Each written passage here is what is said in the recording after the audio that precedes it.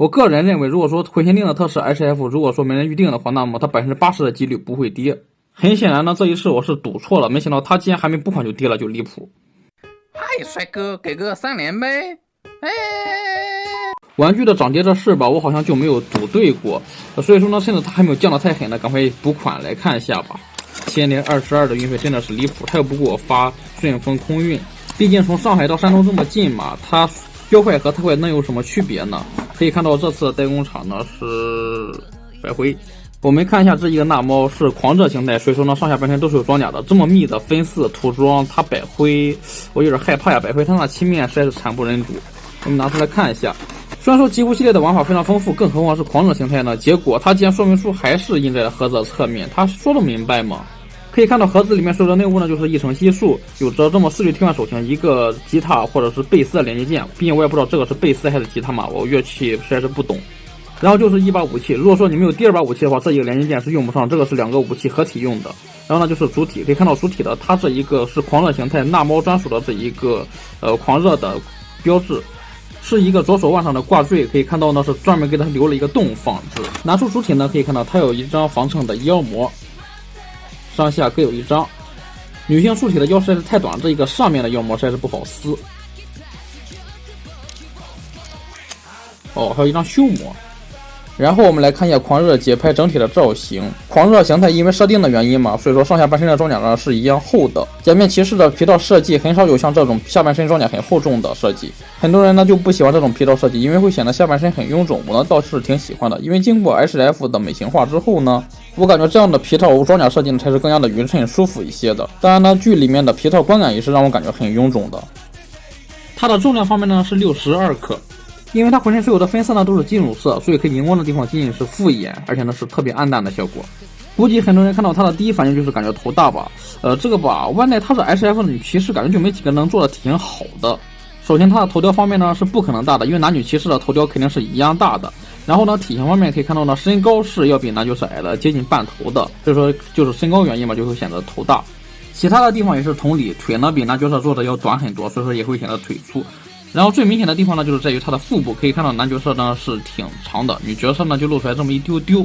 所以说呢它的一个腹部呢是真的很短，这样的话就会显得纳猫的这一个胸腰部呢像是一个水桶一样。然后呢就是因为它的这个腿短一截，然后就是这一个腹部短一截，其他地方呢就是保持比例不变，就会显得这一个比例很失调。它就是通过强行缩短某一个部位来达到男女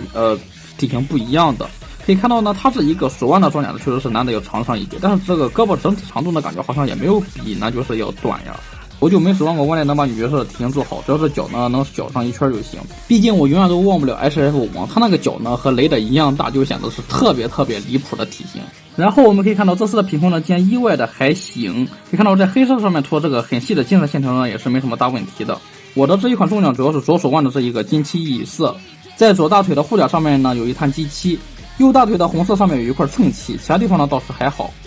它的这个装甲的造型呢都是很好理解的嘛，可以看到毕竟是节拍带扣嘛，所以说它的装甲呢全都是这种音响，还有这一个音乐的元素的遗印。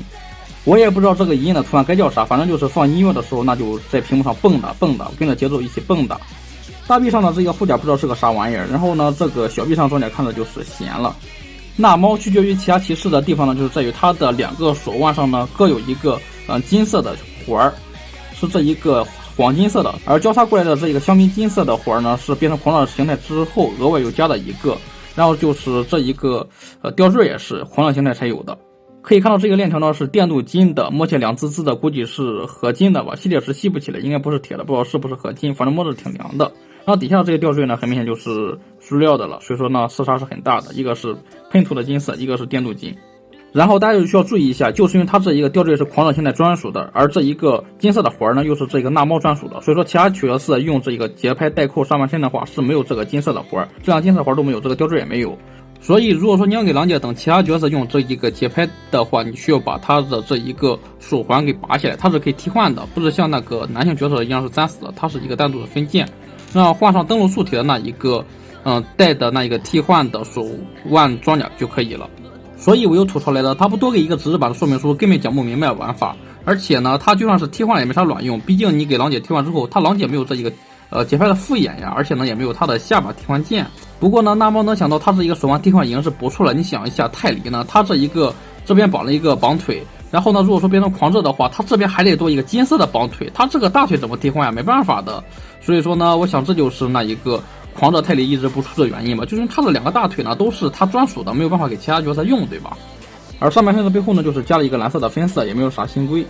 下半身的造型呢也没什么可赘述的，毕竟看过我那一个TV 可动的评测就知道，它呢就是单纯的把这一个胸甲还有肩甲掰开，变成这一个大腿的装甲，而它的小腿呢就是整条胳膊变成的，所以说装甲呢是完全一模一样的，没有任何的区别。关于它的这个造型，我想吐槽的点呢就比较多。首先就是它的头雕呢，可以看到这是猫耳朵，对吧？然后它的这一个耳机，可以看到它有一个耳机是放在真人耳朵该有的地方，所以说它这个猫耳朵是一个摆设也就算了，它这一个耳机竟然还是穿膜了，这谁设计的？太离谱了吧！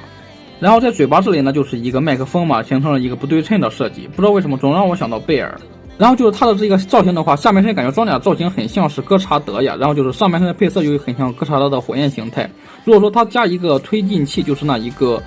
海盗高达的背包之后，感觉就直接成了火焰形态呀。是不是说火焰形态的元素来源灵感呢，就是来自于这一个那猫的狂热节拍，再加上